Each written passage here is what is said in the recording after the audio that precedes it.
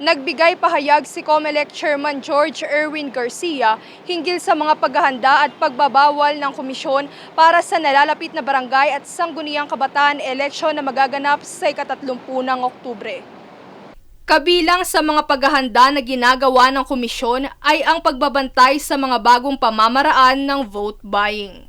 Kausap po natin ang PayMaya at saka po ang GCash at iba pang platform, kasama rin po ang Anti-Money Laundering Council, kasama na rin po ang Bangko Sentral ng Pilipinas.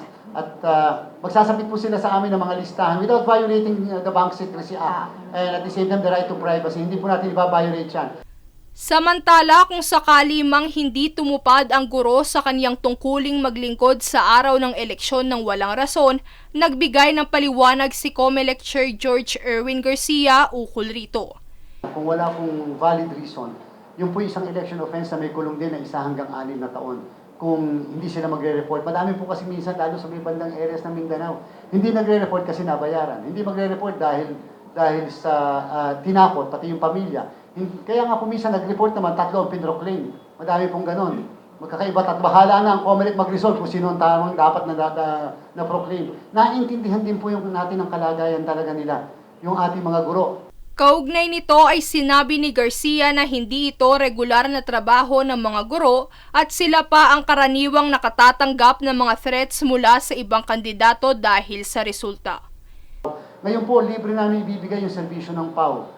At talaga namang libre sila sa ating po mga guro. Meaning, whether sila magko-complain o whether sila ang nademanda, ibibigay po yung tulong ng Public Attorney's Office, yung legal assistance po natin. Aside from that, ma'am, natanong nyo na rin po yung guro.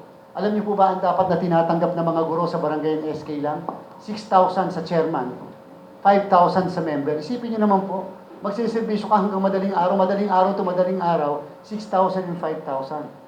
Pero ang ginawa po ng inyong COMELEC, presently, ginawa po namin, base sa aming savings at mga natipid sa procurement, ginawa po namin 10,000 at saka 9,000. In fact po doon sa magsiservisyo sa early voting hours, yung 5 to 7, may additional pa po kami 2,000 sa kanila. Bakit po? Kasi yung kinabukasan walang pasok.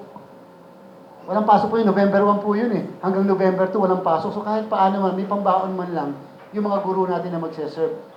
Sa kabilang dako, nasa higit 1,000 ng mga baril at mga armas ang nasawatan ng kinauukulan simula noong magumpisa ang gun ban noong ika-28 ng Agosto.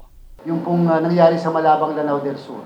Ako talaga high blood po ako doon. Kasi dahil to me, that is too personal. That is an affront on the authority of the Commission on Election. Nagpaputok po kasi tinakot-takot yung mga kandidatong nagpapile, mga babae pa naman. Nagpapile ng candidacy, hindi nakapag-file. So sinabihan ko, kasi may local official na involved, na bukas pag yung mga yan hindi nakapag-file, lagot sa akin yung mismong ganyan.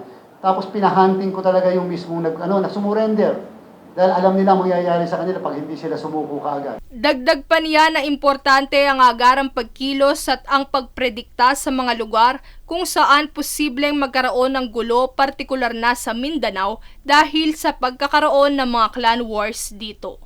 Sa pagtatapos, nabanggit ni Garcia na hindi solusyon ang militarisasyon o ang pagdadagdag ng kapulisan sapagkat hindi tamang mas marami sila kaysa sa mga sibilyan.